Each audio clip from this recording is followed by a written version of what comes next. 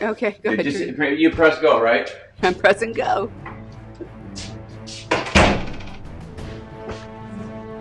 Hi, good morning. It's time to take a break with Drake. It's 7 a.m.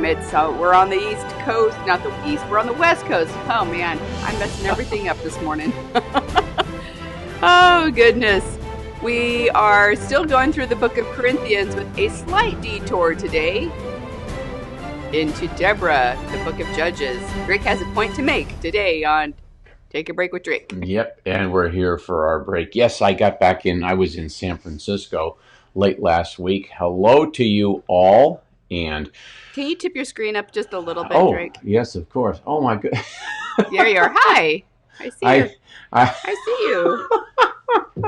I look and it's No Shave Monday. I didn't mean to do a No Shave Monday, and I didn't even think of that until I look on the screen. I'm going, okay, you look like you're camping. Aaron is here. Yes, welcome to you folks.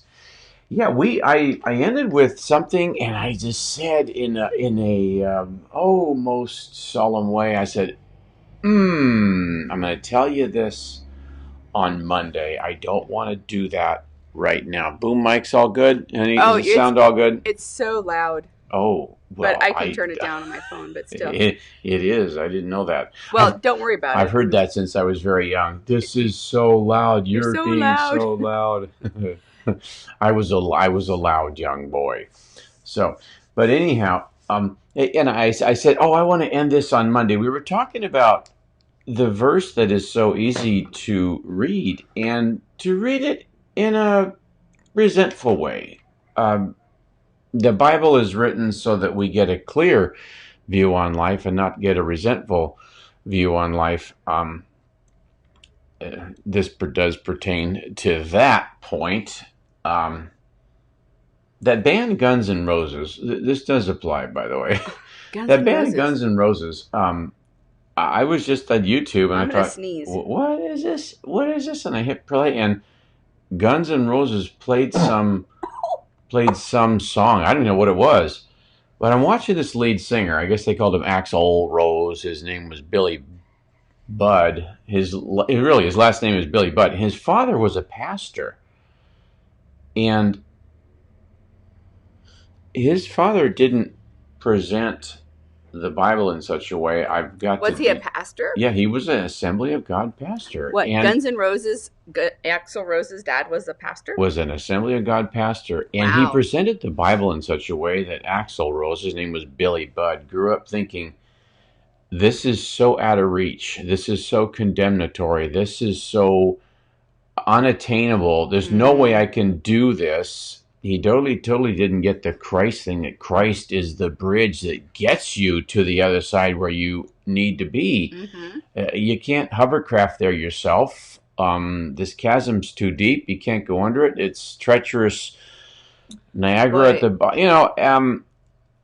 But he didn't get this presented right, and so he left there exasperated. And the reason he's such a good musician is because he was raised in a church. That's why I look at these people that are in entertainment today that were raised Christians that are phenomenal musicians because they were raised with music. Yeah. And they spend their career bashing the institution that gave them this joy to be such a good musician, and then they go resentful with it.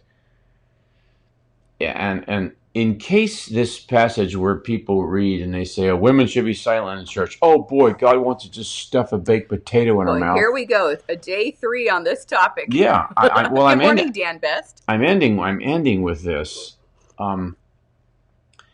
because the church is not the place where women are silent. It just isn't. I mean, the cheer, the joy, the what they bring, good grief, a church that's just a men's club, the men wouldn't even want to go to that.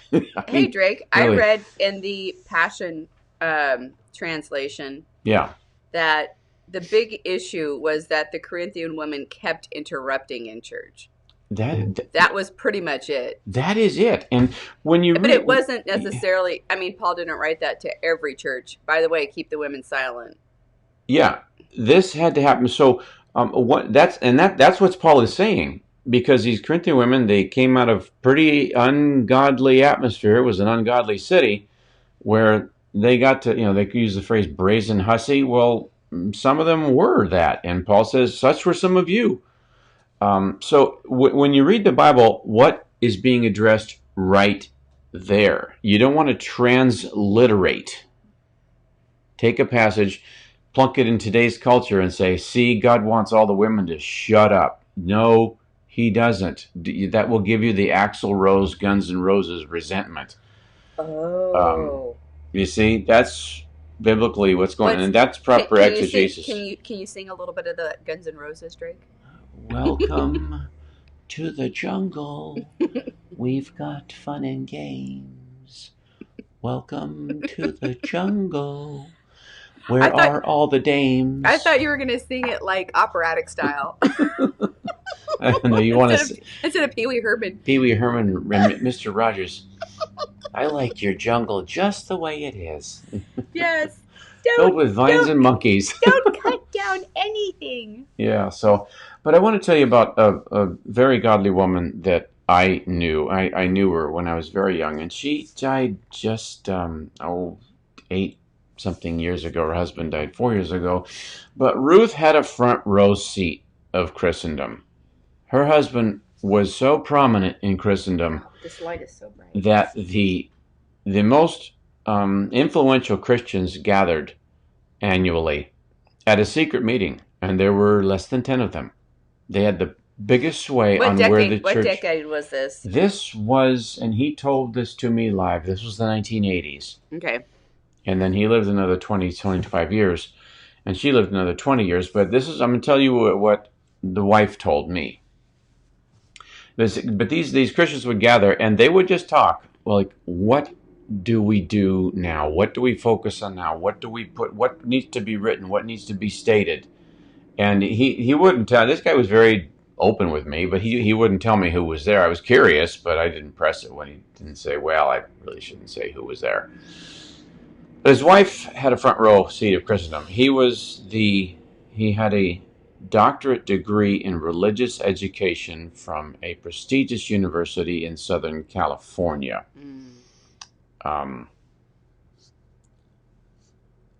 I got to keep moving, and my mind wants to go off on something else. But he was the president of a prominent Bible college in Canada. He was the president of a very landmark Bible college and graduate school seminary in New York. He became the president of the world's premier mission sending organization. He was elected president of the National Association of Evangelicals. He then went on and he was chairman of the board of the National Association of Evangelicals. This man lived at the pinnacle. So your point is that this guy was large and in charge. Large and in charge of the National Association. And so his wife's right there for the whole thing. And they were going on when he was in the middle of all this while the feminist movement was going nuts, and the women are crying about this and crying about that, and she said, you know something? They look at the Bible and they say, women are getting subjugated. You know, look at these Christian men. They don't let women vote. Well, they didn't see it that way. They saw that, well, each family gets a vote. That's how they saw it. You think with the election bearing down, the ladies had no say, oh, I don't care who's president. They know that these women have so much pull that they call the League of Women Voters. I mean, it's not that they're insignificant, but the pagan world looks at the Christian world and says, see, they push their women down. This verse, women should be silent. Well, they should just not be interrupting the worship. That's what's being said. And she said, you know, women, she told me this, I think this was the 1990s, one of the last times I saw her. She says, you know, these women, myself included, we need to not forget our place. And when we try to take over, and when we try to come on over the top of our men and we don't encourage them and push them along and bolster them, we need to be subdued. She says, when I fought my husband, and they didn't fight, but when I just kind of, and just a sigh, he would say something. My wife knows this. When she sighs, I dies. I just that. Oh my goodness. And she said, we need to be subdued. We need to not have to go to another block or go into another, far away. Because a word can carry so much weight. And I'm going to tell you about the bulk of what I want to say today is about just a word from a woman gave a battalion commander the guts to go in and crush an enemy that was way outnumbered them. They had so much more artillery and numbers and horses and chariots and weaponry, just way outdid them. And this guy said, I don't know if I think we can take this battle. But a word from a woman got him over the hump. It was really impressive. So I just wanted to say that, this is a lady, she wasn't into S&M. It sounds like we need to be subdued, really. And I was so touched. It was very touching. She said to me, I've so hurt him with some of my words when he was to say, honey, I really think that's, well, I don't know about that. It kind of sounds really, I could still remember, I could see his face fall. One of the most powerful men in all Christendom, in all the world. I knew this guy personally, and I don't have permission to drop the family name, so I'm not going to. But her take on that and why, and she was so supportive. And she says, I was so supportive most of the time, but those few times when I just, I'm so good at his confidence. To that, I want to say, wow, the trucks. Yeah, I know the trucks down the street. No, that's way beyond that. It's massive farming equipment. There are huge trucks that go down this street, which is pretty crazy. Yeah, it's harvest. It's harvest time in this town, by the way. What I want to say Go ahead, love. If the Holy Spirit is dropping a word into your spirit to say to your husband about a topic that's heated between the two of you, then you should communicate that in love. It doesn't mean that you don't say anything in your own relationship. Mm-hmm. You should. Yeah, I honestly, people, they stand behind women who are talking and laughing and and then they go like this and mimic them. I wouldn't do that. I don't do that. I like it when my wife is on the phone and she's just chattering away with friends, and when she and a few of the girls get together, her girl friends get together, and it sounds like a bird. Sounds like an arbor. Aviary. When all the birds get together and chirping and stuff. I think it's awesome. I don't like it when my wife's silent. When she's silent, I'm going, oh dear, what's wrong? I'm taking too long to make a point. Don't read the verse in the Bible that says women should be silent in church and go, that's it, chauvinistic, this and that. We got to get rid of the church so the women can find their destiny. That's completely backward of what the truth is. I've said it enough. In Judges 4, to counter... And this is to... Right. This is your example to show. To counter what that could be misconstrued, I want to go over just quickly the highlight of Deborah's life and career. It's Judges 4, and Deborah is a prophet. She does her work. I love it. Says she judges under a tree. You got to work in the shade. That makes sense. Yeah, but this is Judges 4. This is a rough time. By the way, Moses has been dead for 55, 56. Moses has been dead less than 60 years. Deborah and the adults in this time may vaguely remember Moses. The old people did remember Moses. So there's a tabernacle somewhere. Yeah, it's that fresh in their minds. Where is the tabernacle at this point? Like Shiloh, Ramah, Bethel, north of Jerusalem. Mm-hmm. But it's 1350. BC. And it says, after Ehud, the judge prior, died, Israel once again did evil in the eyes of the Lord. They started doing evil in the eyes of the Lord a short 25 years after Moses was gone. And it was right after the last of the elders and Joshua was gone. So the Lord sold them into the hands of Jabin, a king of Canaan, who reigned in Hatzor, Hazor, and it's pronounced Hatzor. They kind of put a T sound in front of their Z, like pizza. Yeah, we don't say pizza, we say pizza. Actually, my grandma did. She would say pizza. She wouldn't say pizza. Yeah, because Italians do the same thing. They put a T sound in front of a Z. She did that. And this guy had 900 chariots, iron, and he had cruelly oppressed the Israelites for 20 years. So they cried to help. And Deborah, the wife of Lapidoth, boy, you got to win when you got a husband named Lapidoth, was leading Israel at that time. She held court under the palm of Deborah between Ramah and Bethel. This is north of Jerusalem, 10-minute drive today in the hill country of Ephraim.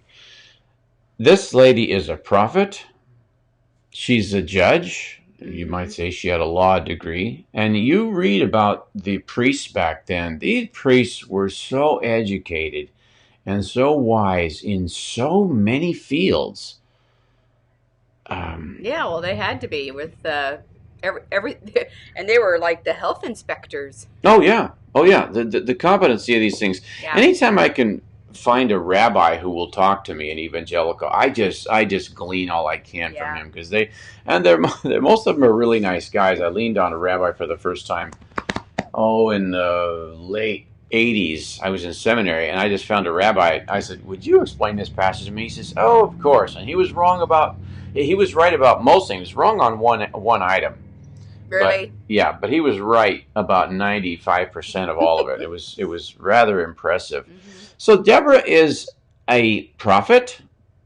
She is a judge, and she's also a battle tactician. I mean, William Wallace level stuff. This Deborah is like, wow. She's really something. So to lead a battalion. Yes. What's the Israeli actor? All I led was 6 kids. Yeah. We were the army of cleaning every Saturday. Yeah. What is that Israeli actor today that plays the Gal Gadot? Gal Gadot. She's Wonder Woman. She's like. She is so tough looking, that lady. Whew, awesome. Deborah is a Gal Gadot type. She is. She's really something else. For justice, right? She says. Truth. So.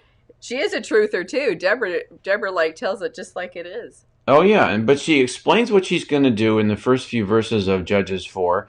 Barak says to her, and she summons up Barak, who's the battalion leader, and he really is a good guy. He's a tough guy. And by the way, we hear the phrase Deborah and Barak. It just sounds like a phrase. And if you don't catch yourself, they're not husband and wife. That's right. Her husband is Lapidoth. She's the judge, and he is the battalion leader, and he's really good, too. He's mentioned in Hebrews 11 in the hallways of the heroes of the faith. I don't want to downplay him at all, but she comes up and explains to him, okay, the Lord, the God of Israel, commands you. This is Deborah talking to Barak, the battalion leader. The Lord, the God of Israel, commands you, go take with you 10,000 men of Naphtali and Zebulun and lead the way to Mount Tabor. I will lure Sisera, this is the Canaan army, I will lure Sisera, the commander of Jabin's army, with his chariots and his troops to the Kishon River, and give him into your hands. She's a prophet. Prophets are right all the time. The good ones. And if they're not a good prophet, they're not a prophet. Yeah, they're a false prophet. Yeah, people would say that you're because a prophet. They would say false prophet in the Bible. Yeah, sure. Yeah. And I will give, and his troops, I will lure Sisera and give the troops to the and his troops to the Kishon River and give him into your hands. By the way, if you ever can study at Jerusalem University College, you will see all these cities and all these rivers and all these hills, and you understand the battles. I can't explain it here. This is too far away. I don't have the maps, and I can't make out. They hid behind this thing, and it's fascinating. It's beyond fascinating to understand how this happened. Barak responds to his command from Deborah. Well, if you go with me, I will go. But if you don't go with me, I won't go. If the lady didn't come with him, he was afraid to fight. She replies, very well, I will go with you. But because of the way you are going about this, the honor will not be yours, for the Lord will hand Sisera over to a woman. And Deborah does not have a feminist, ugly bone about her. That's not why she's replying. I just tell you how to do it. I tell you how to win. And you say, well, if you go with me, all right, I'll go with you. They go on. They rush down. And I will say this again. If you can study this on location, and if you want to spend some time looking at this and have a map in hand of the Judges era and see where these cities are, Google Earth it if you want. It's one of the most fascinating things about me. I studied over there, and I finished college over there, and I was spellbound. Terrible adjective. I was spellbound as I found... You were Bible-bound. Bible-bound. You were a Bible-bound boy. as I realized how these battles happened. And they mastered the land. They mastered the topography. It was really something. So they do it. They have their conference. They proceed. And Barak busts loose. The encouragement of a woman gave him the starch and the fire in his soul to lead this charge. It really, way outnumbered, way outmanned, way outgunned, way out archered. They didn't have all these iron chariots, but Sisera and Jabin did. And I love in verse 15, Judges 4:15, at Barak's advance, the Lord routed Sisera. A lady's word gives him the confidence to do this. When he did what he was told, at Barak's advance, the Lord routed Sisera. When you obey the Lord, you release him to do his mighty work that way multiplies you. A lady called this battle to be. Women, be silent. Don't read that wrong. Don't read that wrong. The Lord routed Sisera and all his chariots and army by the sword, and Sisera abandoned his chariot and fled on foot. He runs all the way to safety, finds a tent, and there's a lady in there named Jael. Jael. And Jael, I'm telling you, man. How about a nice warm cup of milk? These ladies aren't stupid. I'm telling you.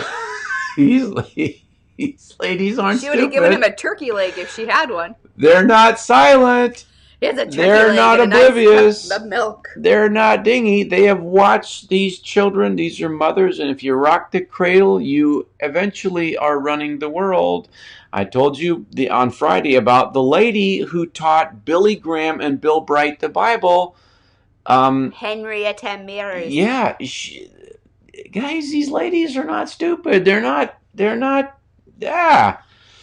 Well, just so you know, it just drives me crazy when people say, oh, church, the chauvinistic place that oppresses women. Oh, golly. You only hear that from an idiot who's commenting from the outside, not the inside. So he routs them. Sisera runs to a tent, and he comes in, and she says, welcomes him. Oh, come, my lord. Come right in. Don't be afraid.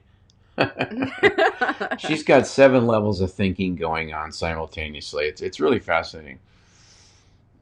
Come, my lord, don't be afraid. So he entered her tent, and she put a covering over him. I'm thirsty, he said. Please give me some water. She opened up a skin of milk and gave him a drink. So warm milk makes, there's no refrigeration back there. Warm milk makes him even sleepier. He's tired, he's thirsty, he's exhausted from the battle and from running all the way. She gives him milk to make him even more sleepy.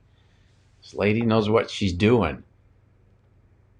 She's not under a dictum. Shut up, lady. You don't know nothing. No way. This next part is really gruesome. Yep. Spoiler alert. Stand in the doorway of the tent, he told her. If someone comes by and asks, is anyone here? You tell them no. Okay, fine. He is so safe and so secure, falsely lured as such. He's the enemy commander. And then Jael takes up a tent peg, like what they put through Jesus' foot, and a hammer, and spikes him to the dirt. It's one of the roughest scenes in the whole Bible. Barak doesn't get to kill him. Nope. Barak doesn't get to initiate the battle because he was afraid. He was hesitant. When someone comes to you in the name of God, in the voice of God, speaking for God, and says, go now, you go now, because go means go. Now means now. Wow. O is the second letter of both those words. Go now. Someone says go now, you go. Make an O with your mouth and just do what you're told. Okay. Okay? Yeah. Barak came in pursuit of Sisera, and Jael went out to meet him. Come, she said, I will show you the man you're looking for. So he went into the tent with her, and there lay Sisera with the tent peg through his temple. Jael, a lady in a tent, gets to finish off the battle. On that day, God subdued Jabin, the Canaanite king, before the Israelites, and the hand of Israelites grew stronger and stronger against Jabin, the Canaanite king, until they destroyed him. Paganism has got to go. I walked over 15 miles all around San Francisco this weekend.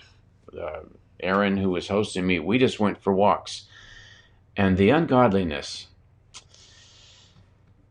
is really sad. A beautiful city, beautiful setting, beautiful blessing. It's named after the Franciscans. These people loved Jesus. The town is named after them. And it's so sad what the paganism has done to the city. It's not a complete disaster everywhere you go. There's just parts of it. The police are very in command in San Francisco, and they say, stay here, don't even come up here with all of your squalid stuff. So, people think, another thing that drives me nuts. So when people's heart goes out to Sisera, he just wanted, you don't know what you're talking about. Well, he got to die in his sleep. Yes. Never did feel a thing. But the paganism's got to go. So they have this song that's amazing. Honey, shall we sing the tent peg song? Tent peg song. Tent peg song. Tent peg song. Yeah. So this is what goes on. And in light of this same culture, this is a Jewish culture, in our final minute today, no, I'm not going to say that stuff. It's too much. You probably got too much to say. As usual. You know, that's good. Hey, you know what? Let me say, and then, honey, you give me 10 seconds here. Okay. All that Paul's saying, he never wants a Jezebel spirit to overtake a church. That's what Paul's getting at. Well, that and interrupting. Yeah.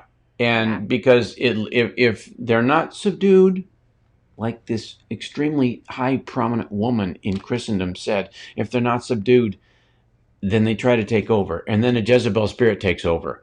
And then this church thing is gone in one generation. 2 at the most. There won't even be a trace left of it. Go ahead, love.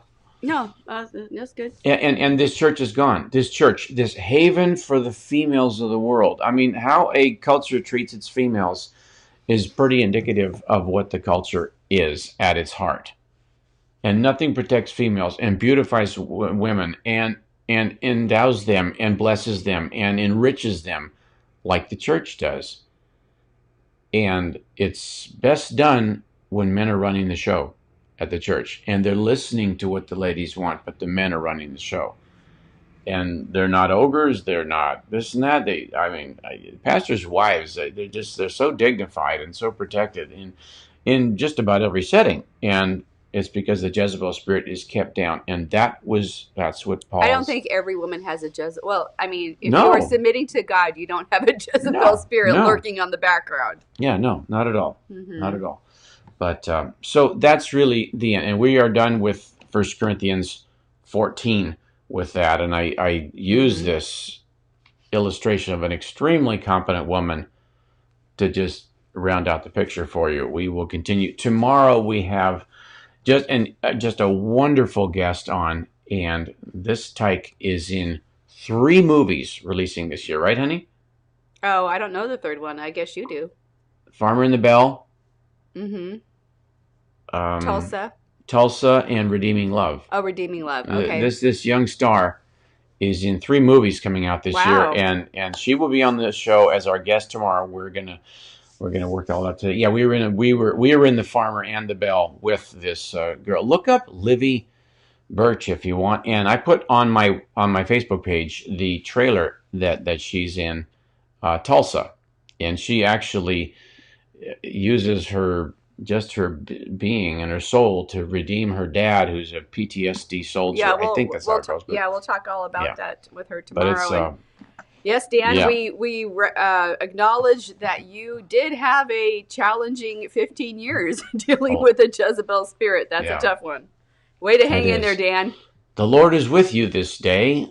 The Lord has brought you through yet again, and the Lord has a bright future for you. So go with that grace and go with the peace, and may the life of Christ be upon you. In Jesus. Amen. Amen. And don't forget to check out how you can partner with Take a Break with Drake over at draketravis.com/partners, and be looking for those resources that Drake has on his website. Then more will be forthcoming quite soon. So keep an eye on that. Yeah. More exciting news, and we should get to it later this week. Be well. Blessings. Bye-bye.